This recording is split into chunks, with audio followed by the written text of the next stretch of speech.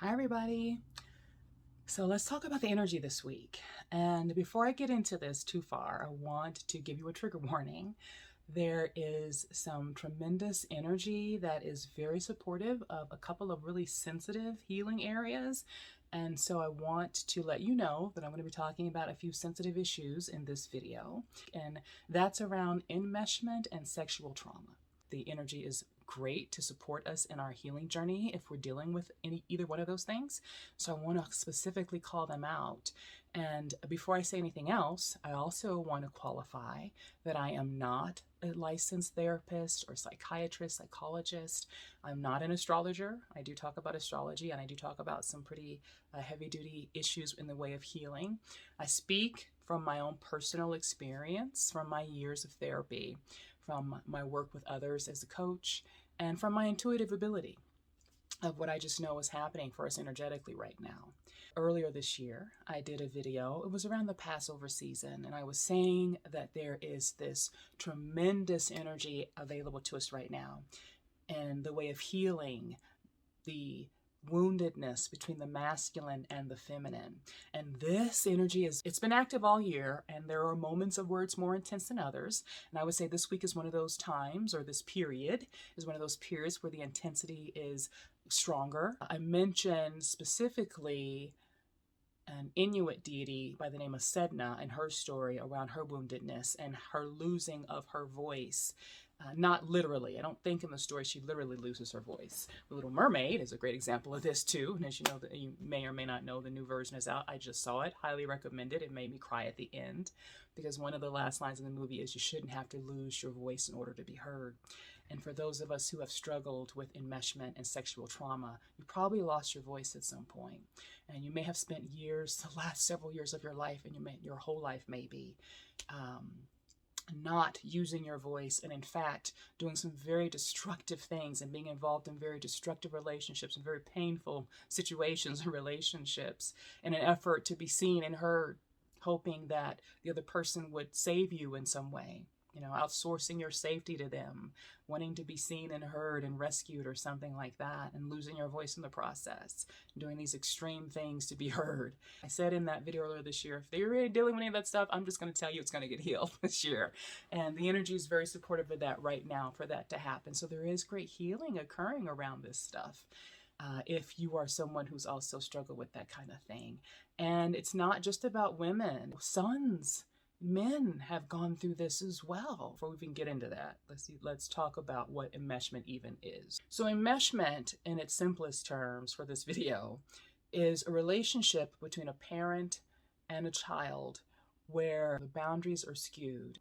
In fact, enmeshment is also called covert incest. So that can kind of give you an idea of what we're sort of talking about here. It can happen between a mother and a son, or a father and a daughter, or a mother and a daughter, and a father and a son.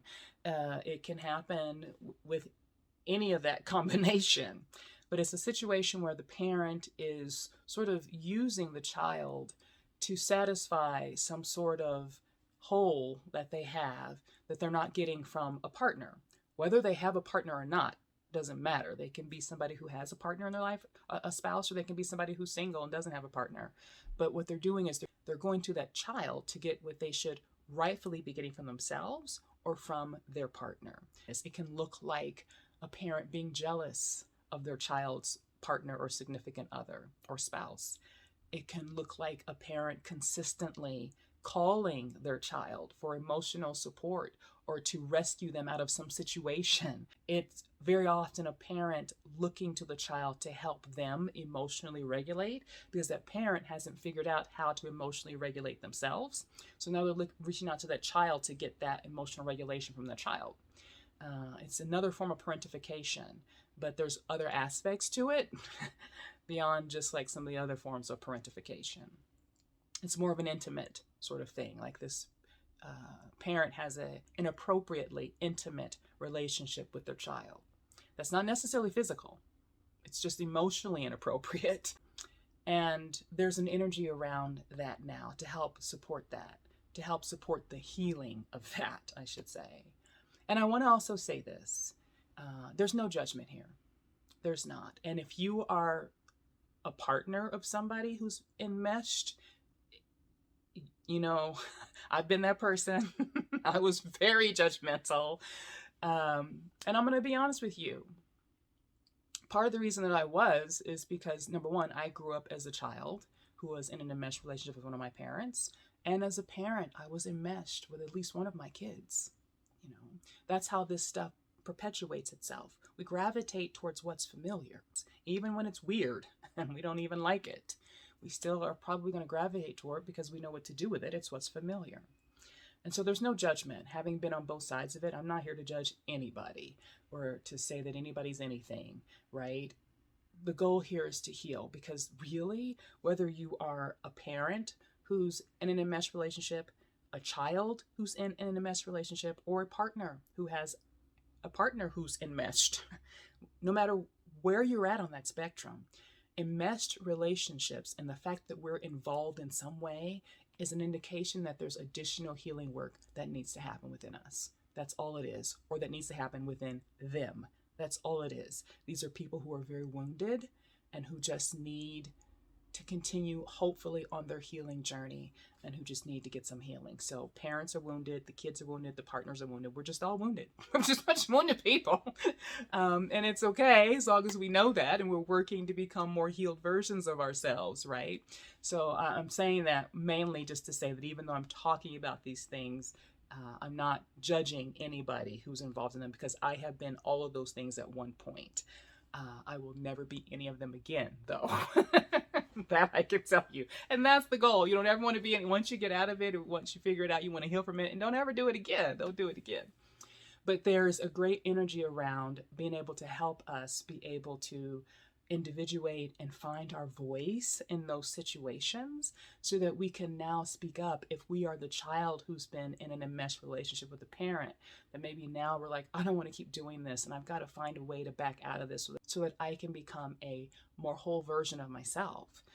Children who are involved in enmeshed relationships cannot effectively bond with another person to have a romantic relationship. They can't have a healthy union with another person unless they address that enmeshment that they're having with their parent. And so you may be the child who has now said, no, I don't want to do this anymore. I want to be able to get my voice back, because when I was a kid and this was happening to me, I was silenced because I needed to not speak up about it in the interest of my own survival in that family system. Now that you're an adult, you realize I don't need to do that anymore. So it can be difficult because you'll feel guilt and you'll feel shame about wanting to advocate for yourself. And all that's understandable. But there's energy today and right now this week to help support that. And that, I believe, is attached to the Gemini new moon, which is about that in some regards. But again, I always say, regardless of what's going on with the moon and the stars, the energy is the energy that's here for us. If you have Gemini placements, though, this can be extra energy that's available to you. So that's good information to know that can help you during this time. But it's available for all of us. So it's here for all of us regardless. And now, the issue around sexual abuse, I've got that too in my history. So for those of us who have struggled with that, again, at a very young age, it is highly likely that your voice was taken from you, that you were not able to speak up because this person had some power over you and you weren't able to advocate for yourself in that situation, and it took away part of your voice. And there's energy this week, again, that's available to help you recover that so that you can speak up for yourself. Maybe that person is still in your life, and maybe now this week you're like, you know what? I don't want to keep abandoning myself for that person's comfort. I want to keep having contact with them just because I know they're going to feel better, or I'm afraid of what backlash I'm going to receive from speaking up about that.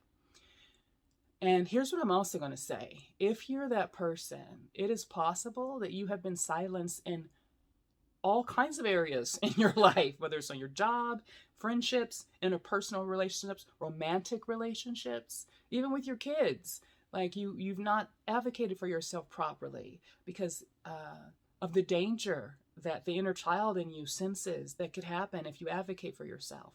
Or maybe you healed a little bit and you finally started speaking up for yourself, and the people that you spoke up to, it actually ended up having a negative impact. You know, a lot of us who have gone through sexual trauma go our whole lives without ever telling anybody, because we know that there can be repercussions to telling people. So maybe there was somebody in your life where you actually felt, oh, this person has got my back, I can tell them, and then you told them, and then it blew up in some way. Yeah, and that put you back into another state of silence potentially. Hopefully what it did is it busts you wide open and you're going, you know what? That showed me that this person was not right for me, whether it's a friendship or a romantic person or a family member or whatever. Hopefully what it just showed you was, that person didn't really have my back. They didn't have the capacity or desire to actually be what I needed. And I deserve someone to show up for me, and to someone who has the capacity and the desire to hold space for me as I move through my process, and I can hold space for them as they move through theirs. Hopefully it's what it's caused for you, or it will cause you to understand that. It's hopefully what will happen out of that. But the energy this week, this Gemini full moon, great opportunity. I think there's some other things astrologically going on probably too that are helpful to us right now. We're about to move into the North Node in Aries and our South Node in Libra. And that North Node in Aries is really good energy to help us pull on our strength and be able to stand on our own and not worry about what other people think about us or how they're going to receive what we say or who we are or how we show up. So we're moving into that too. So that can be part of what's helping us right now also. I want to say a few things because this is an important issue. Number one, as you're moving through this, don't force it. Do not force it. And I'm going to back up to the sexual trauma and say this. If you don't remember what happened to you, that does not make it any less significant. It does not. Your body remembers all of it. Your unconscious mind remembers all of it. And you're not remembering it consciously was a means of protection for you. I want to say that because very often if you don't remember things, you can cause you to doubt yourself and doubt you wanting to use your voice in some way. And I want to be very careful here when we're using our voice in these situations, enmeshment, sexual trauma, any sensitive issue with anybody in our life. We want to make sure that we're using it safely. That again is why I always suggest if you have had a history of enmeshment or sexual trauma, that you're working with a professional so that you can know when it's safe for you to say something or what's the safest way for you to exercise your voice in a situation. Very important that you are mindful of that. So please get some assistance behind that. And I also want to say, do not force this process. Things will happen organically, and we want them to happen organically. You will heal as you heal. So be gentle, loving, and compassionate with yourself as you're going through this process. I always highly recommend compassion and just allowing things to happen organically. There may be a grieving process that's happening right now. This stuff doesn't feel good. Finding your voice can feel great. Learning how to use it, maybe not so much, because like I said before, there's the guilt and the shame that can come from you feeling like this other person's, their feelings are going to be hurt, or, you know, all the things they've done for you, or whatever the case may be, that's causing you to feel uncomfortable. And quite honestly, because it's not natural, particularly if it's somebody who is a caretaker in your life. It's not natural to not want to have contact with somebody, or it's not natural to not want to please them, you know, and not upset them. So it can feel unnatural at first to do something that you know might cause them displeasure or pain, or to say something. And if you are a people pleaser, which if you come from that background, you probably are, then it's really can be challenging to work with that. So there may be a grieving that you might need to do of what the relationship should be, because naturally the relationship should have been one where you were able to have your voice from day one, where you were able to speak up and show up as yourself and be received and loved and not harmed, right? There should never have been sexual trauma. It shouldn't have happened. The enmeshment shouldn't have happened.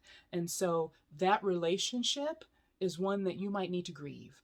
The relationship that should have occurred, that never happened, is one that you might need to grieve during this time, and allow yourself to do that. If you need to write a letter or have a ceremony or do a cleansing, whatever it is that you need to do. And so that leads me to some things that you can do. I always recommend rest, of course, support, meaning a therapist. I said this already, but a therapist, a good coach who's familiar with this stuff, depending on the extent of what you're working with. Support groups. Support groups are great for helping you move through times like this and finding your voice and being able to speak up for yourself. But also rest, being compassionate with yourself, learning how to take care of yourself during this time, knowing when to rest and knowing when to move forward. We don't always have to be pushing forward with our healing. Like I said, you want it to happen organically. So take periods of rest as you need them. Safe communication. And when I say safe communication, I mean practicing having communication of a deeper level with people who have shown you that they are emotionally available and that they are safe. What can also happen is once we start on this journey, is we begin to start, we find our voice. Now we want to communicate it to somebody. And like I said, sometimes that doesn't work out well because we didn't qualify that person to know whether or not they were emotionally available or safe enough for us to actually have that discussion with them. That's why support groups are a wonderful place to do that. And you should be able to have safe communication with the people closest to you. So if you aren't able to do that, then that's information for you to think about too, that you can maybe process with a therapist or a counselor or somebody like that, or your support group. Water, be near water. Water is such a beautiful fluid energy. Oshun energy is very high right now. Oshun is a Orisha of the Yoruban tradition. And so I know her from the Yoruban tradition. She's in other traditions too, but I know her from the Yoruban one. And there's a tremendous, beautiful, compassionate energy that she carries in a heart. Like it's a beautiful heart healing energy that you can work with during this time. Backing off from relationships where they don't feel safe. It's a good time to be able to do that and finding a way to safely speak that to another person. Whether you've dealt with those issues or not, there's just a great amount of energy available right now to help us with our communication, being able to speak up for ourselves, show up for ourselves in a way that maybe we haven't done before. And I highly recommend you take advantage of the energy while it's available to us right now. The healing is going to continue throughout the course of the year. If you need anything, you have questions on any of this, I'm available. Feel free to reach out to me and I will help you as I am able to do so. And if this has been useful to you, please like, share, subscribe to my YouTube, to my Instagram, so that you can stay up to date on what I'm posting and the information that's out there available to you. And share this with other people so that they can receive this help as well. As always, I hope you have a great week, and I hope you're having a wonderful morning, evening, afternoon, whatever time of day it is for you. And as always, may you ever live inspired. Thank you so much for joining me. Bye.